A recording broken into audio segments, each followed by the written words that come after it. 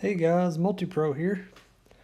We are going to dive into an Algebra 1 series, but before we do that, we got to review some pre-algebra topics. So today, what we're going to do is look at multiplication and division of whole numbers. So we're looking at single-digit numbers, multiplication of one-digit versus two-digit, double-digit numbers. Also, we're going to deal with some fractions, so it's going to be real exciting today.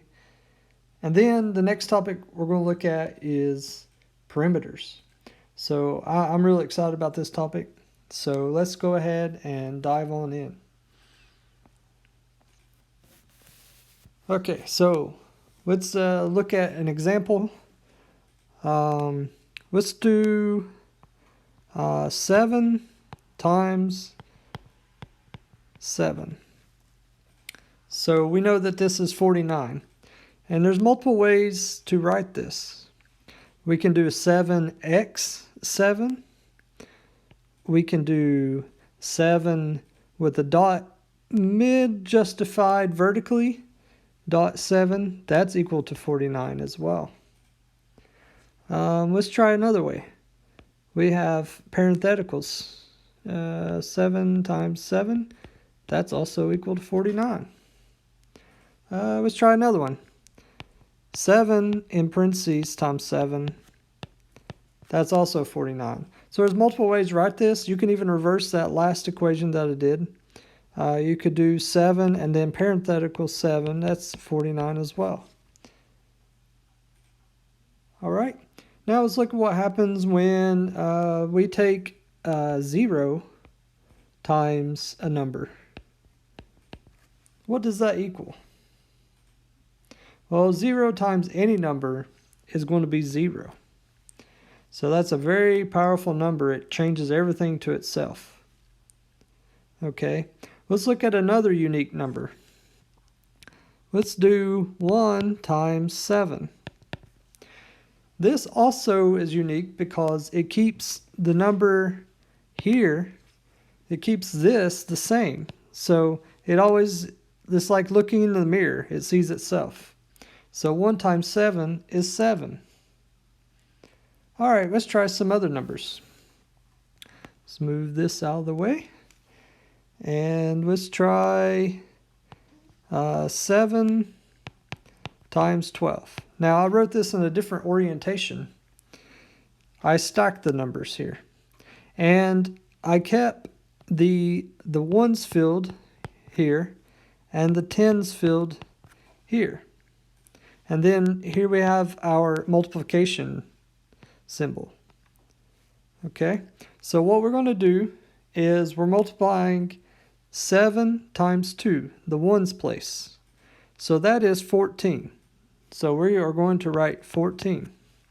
Okay, so now that we've done that, we have to move to the left on the bottom to the tens place.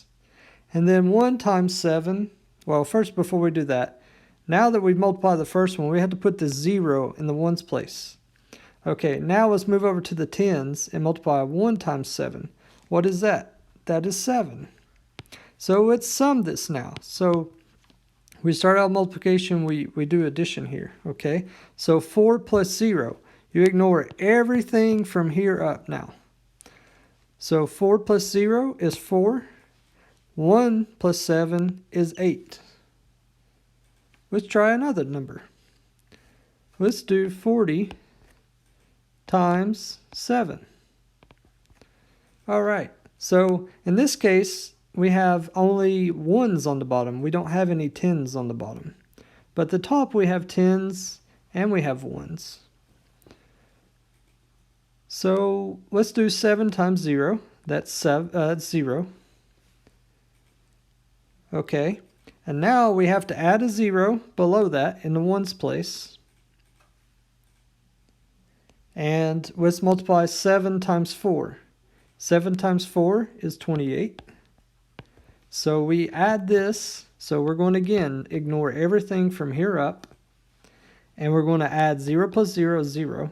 8 plus nothing is 8. And 2 plus nothing is 8. So the answer there would be 280. All right, let's try one more set of things here. And we're going to get into dividing here.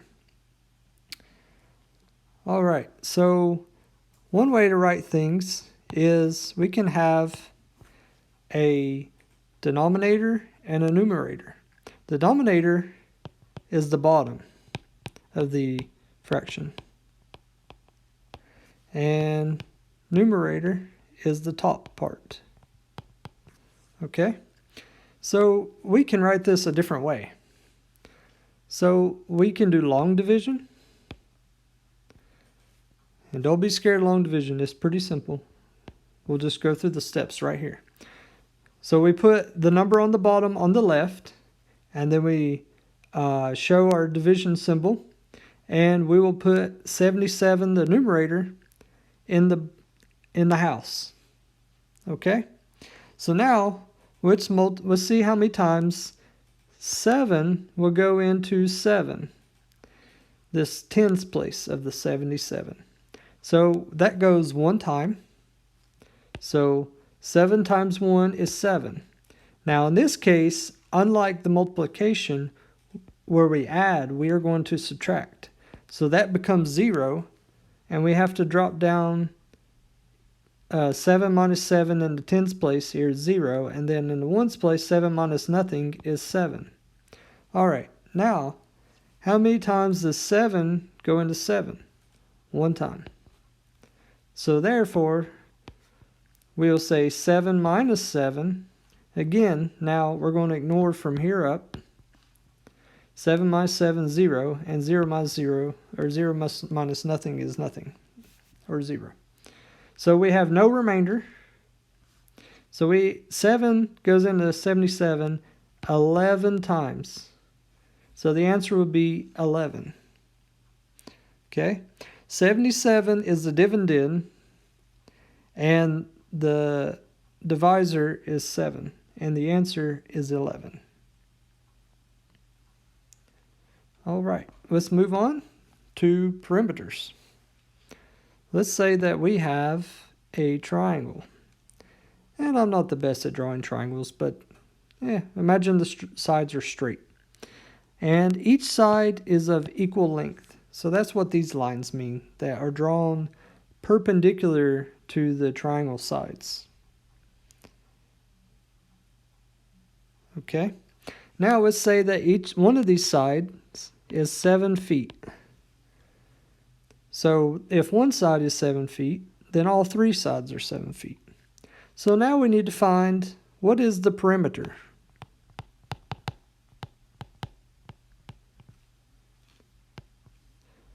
So that is going to be the sum of the 3 sides. So we have 7 plus 7 plus 7. Okay, we can say this another way. We can say 7 times 3. And 7 times 3 is 21. So the length is 21 feet.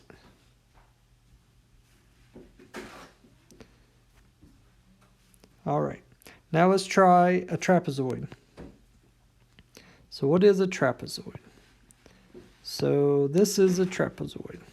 Look familiar from what you've seen before. So this side at the top is going to be equal to the length at the bottom. And the right is going to be equal to the left side in length. Okay?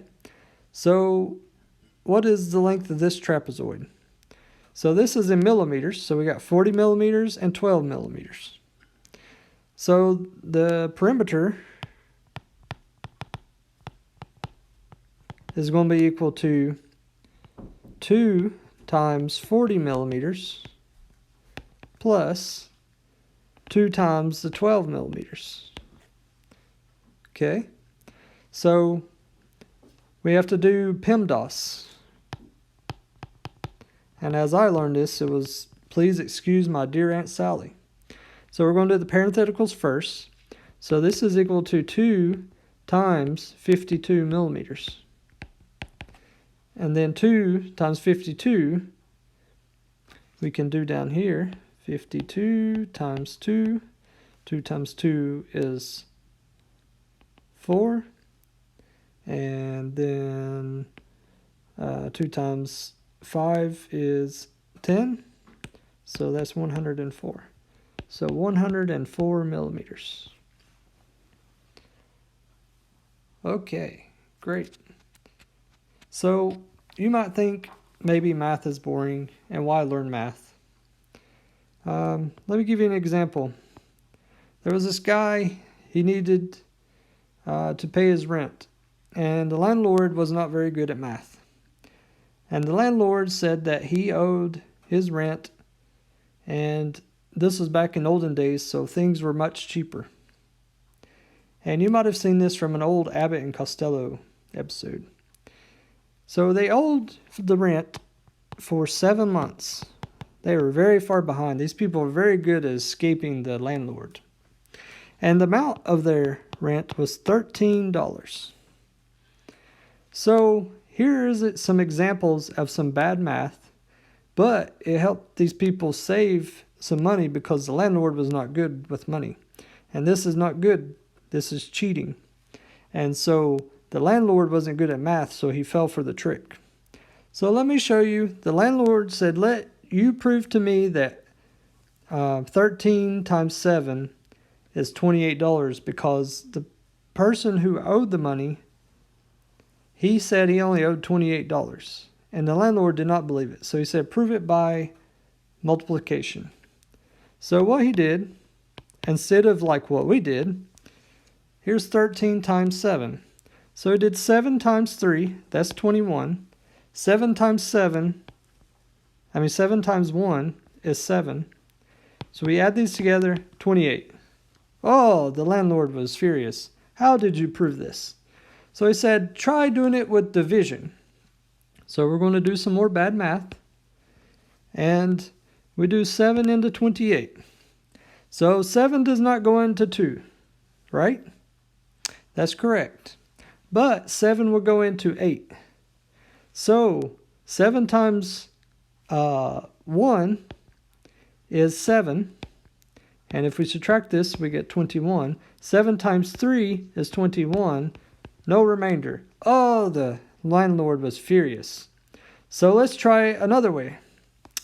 Okay, he said this time, I want you to add up 13 7 times. And so that's what we're going to do now. So we have 13, 13, 13, 13, 13, 13, 13. And we're going to sum these up.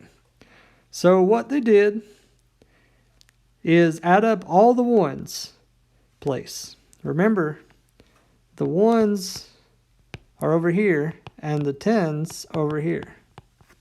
Okay? So they added up 3, 6, 9, 12, 15, 18, 21. Then they added up the tens place. 1, 2, 3, 4, 5, 6, 7. So 21 plus 7 is 28. So they kept saying that they owed $28. And this is why, boys and girls, that it's important to learn math so that you are not tricked by others. All right, thank you for watching MultiPro, and next time we will dive into some Algebra 1 topics.